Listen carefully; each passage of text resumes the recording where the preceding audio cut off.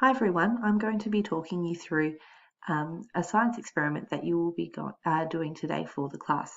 So what I will have on the portal are 3 documents. This one here, which is a very brief outline of what a procedural text looks like. It's not based on a science experiment, but it does show you the different aspects of a procedural text that I will be looking for. I also have a copy of an actual procedural text for a science experiment that I found online. And then I have this template, so headings that I will be looking for when you write out your procedural text for your science experiment. So I'll go back to the first document here. So in this document here, we have the title, we have the materials that you will need, and then the sequence of steps. At the start of each step is an action verb. So an action verb is a doing word. So except for that one, when your dog is dry. But for most of them, it starts off with an action something that you need to do. In this next one here, in the example of a science experiment procedural text, it also has a goal up here you might see. It says goal. In this experiment, you will explore how the water cycle works by making a mini water cycle. So it's up to you whether or not you want to do this one, but I would prefer you to look up one online on your own because this one has already been done for you. As you can see, it also has the title, just like the previous one, materials, and then the steps as well. Now for this final document, I'm not expecting you to print this out. I actually don't want you to print this out. This is just a guide for the headings that I would like for you to use. So I'd like for you to have the heading an aim. So having an aim, so what do you want to achieve? So it might be, if it was the mini water cycle, it might be your aim is to see if spinning water around will make a mini water cycle or something along those lines. So it's like a your end goal in a sense. Your other heading is your hypothesis or your prediction. So that just means, what do you think will happen during the experiment, after the experiment?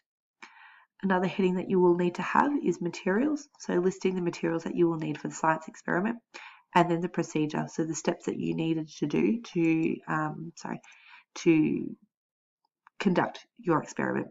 Then you have your labeled diagram. So what your experiment looked like, arrows pointing to certain things and making sure that you label them. So it's really important that when we do science experiments, when we do our procedural text for them, that we have labeled diagrams. What you'll need to also have is a results area. So what actually happened, the conclusion of your science experiment or during it as well, and seeing if it matched up with your hypothesis or your prediction, and then a conclusion. So some final thoughts that you had. Don't forget to have a title at the top. I would like for you to write this in your writing book. Please make sure that your headings are in red pen and that your writing is in blue pen. Your label diagram can be done using marker, or it can be done using grey lead pencil or blue pen. I don't mind what you decide to do. Please make sure that it is neat and tidy, that it is neat enough for me to read or someone else to read as well. So there you have it. So these 3 documents will be available to you online. Remember, do not print this page out. This is just here as a guide so you know what headings to have in your writing book. If you have any questions, feel free to go onto our class portal. So going here and then, going to Wednesday. So when you are ready to submit your video of you conducting your science experiment, kind of like what someone might do on a YouTube channel, and your procedural text, you'll need to scroll down to where it says due work. Click on science experiment.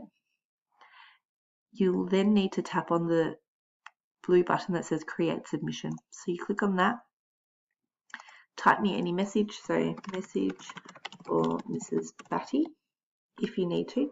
Then you need to click here and you will need to find the files that you need to attach. Once you've done that, you click submit for assessment, and then that will come to me for me to mark.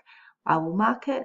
Once I finish marking, I'll let you know, and then you can go back online going through the same way, and you'll be able to see the comments that I have left for you. Okay, so hopefully that makes sense. If you have any questions, please don't hesitate to email me. But I'm really looking forward to seeing the different science experiments that you have chosen and that you would wish to share with the class.